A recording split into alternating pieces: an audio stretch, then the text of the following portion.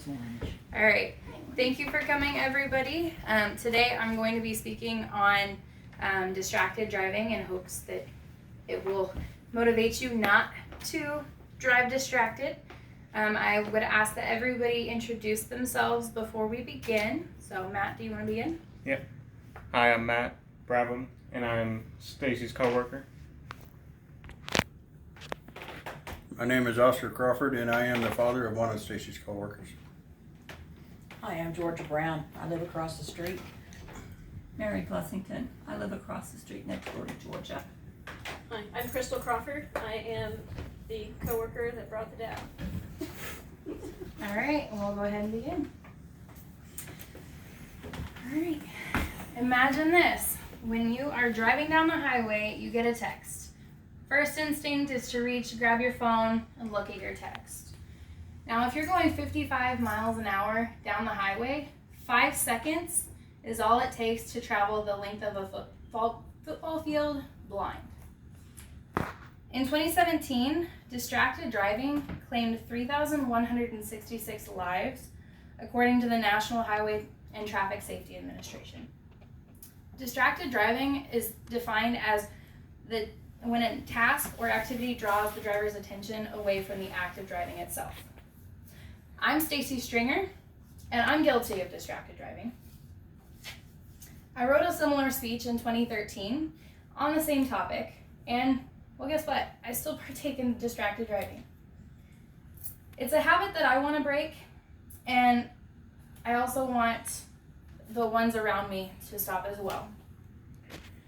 The topic we already know a lot about, and the most essential pieces that I want to cover today are who is at greatest risk for distracted driving, as well as how current laws affect injury accidents, and discussing how emotion-based tactics can be used to help reduce impulse decisions, and then ways to minimize the amount of distractions while driving. First, I would like to discuss technology and how it has affected car accident rates in 2017. So it's easy to use technology as a central focal point for why accidents have increased. KDOT's 2017 Kansas Traffic Crash Facts page shows the idea isn't too far off. The age group with the most distraction wrecks was 14 to 19-year-olds at 602 incidents, half of which are due to distracted driving with a cell phone or electronic device. 20 to 29-year-olds followed behind with 450 to 500 incidents. And surprisingly enough, 40 to 59-year-olds averaged 225 incidents per age group, a third of which involved cell phone use. So why isn't the government doing anything about it?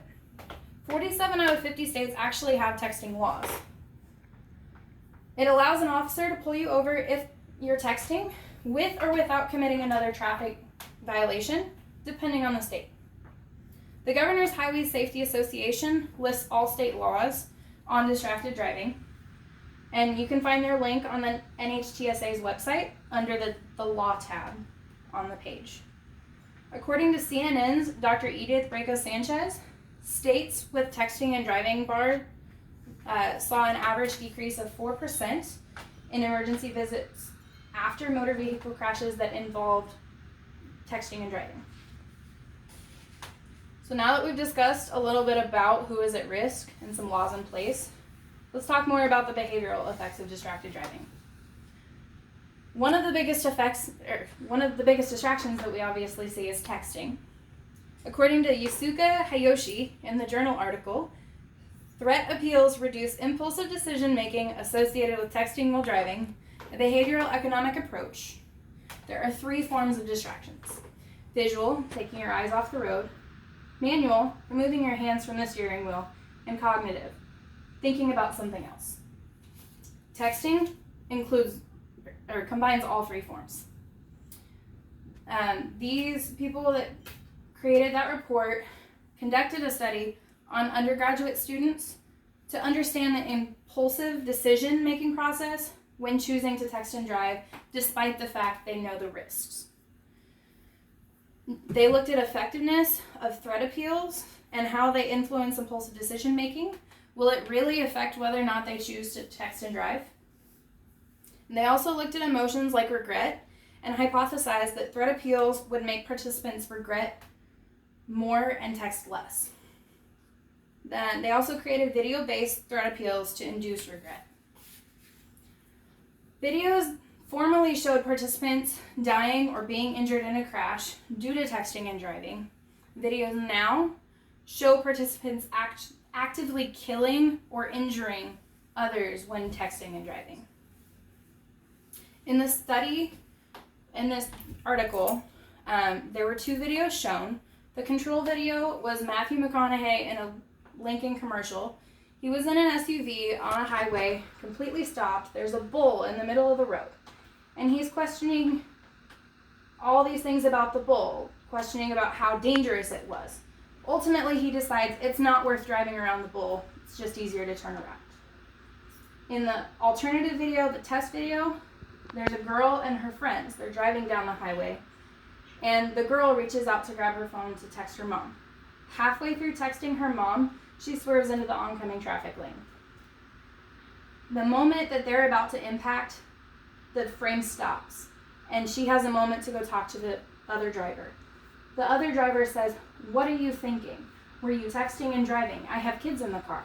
That moment made her really regret what she was about to do. And she ran back to the car and saw her friends. And then the frame unfroze and the cars collided.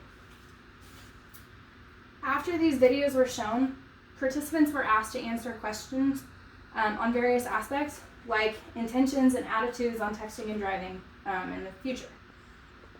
Results from that were those who watched the test video were more likely to wait before texting. It also improved the attitudes and intentions on texting and driving in the future.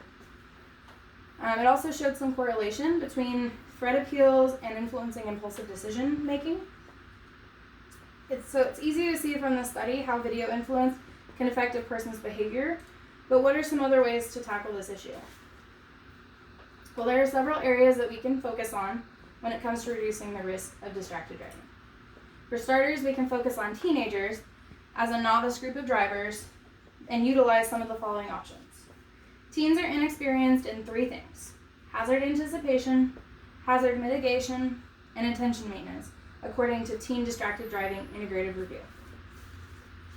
The solution: driver's education and engaging curriculum, introducing practical skills for both peer influence and behind the wheel in multiple areas, and getting parents educated and engaged in their child's driving experiences.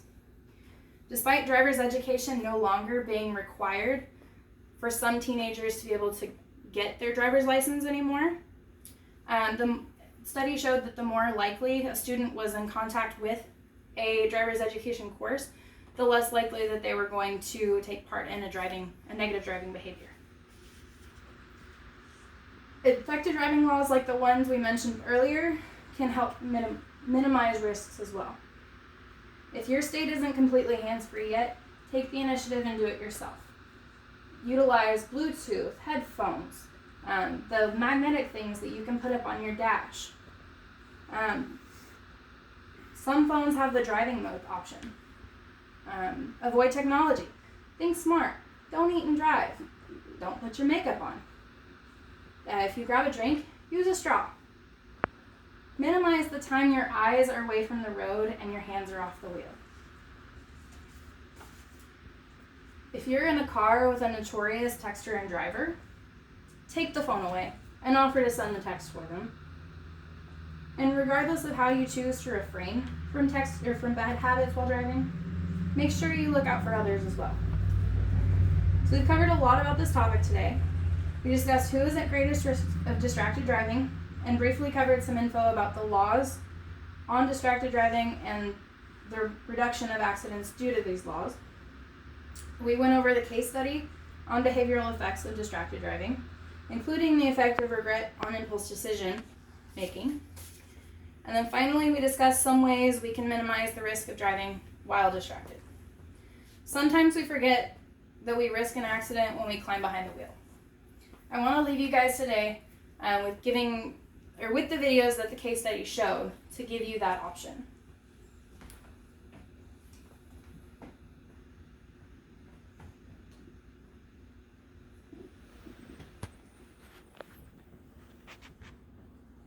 So this is the control. Okay.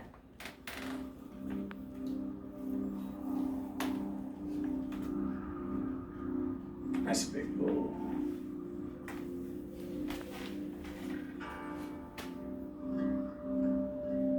I think that's old Cyrus. 1,800 pounds will do whatever the head guy wants.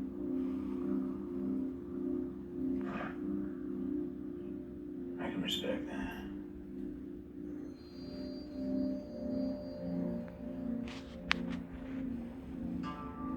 Take the long way.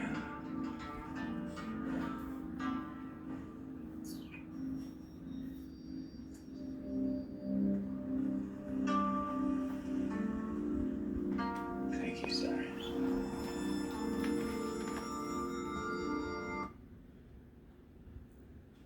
This is the test video.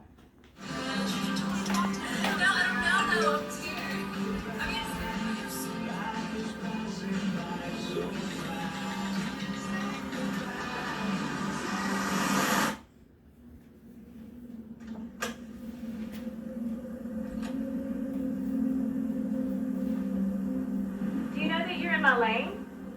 No, not at all. Are you not paying attention? Are you texting? I was just checking in with my mom. I was telling her that I thought we'd be home by 6. It's okay. There's enough time. Just pay attention. I'm not even halfway through my text. There's no way. I'm not even going to look up. My babies are in the car. You have to pay attention. It's supposed to be a quick text. I'm so sorry.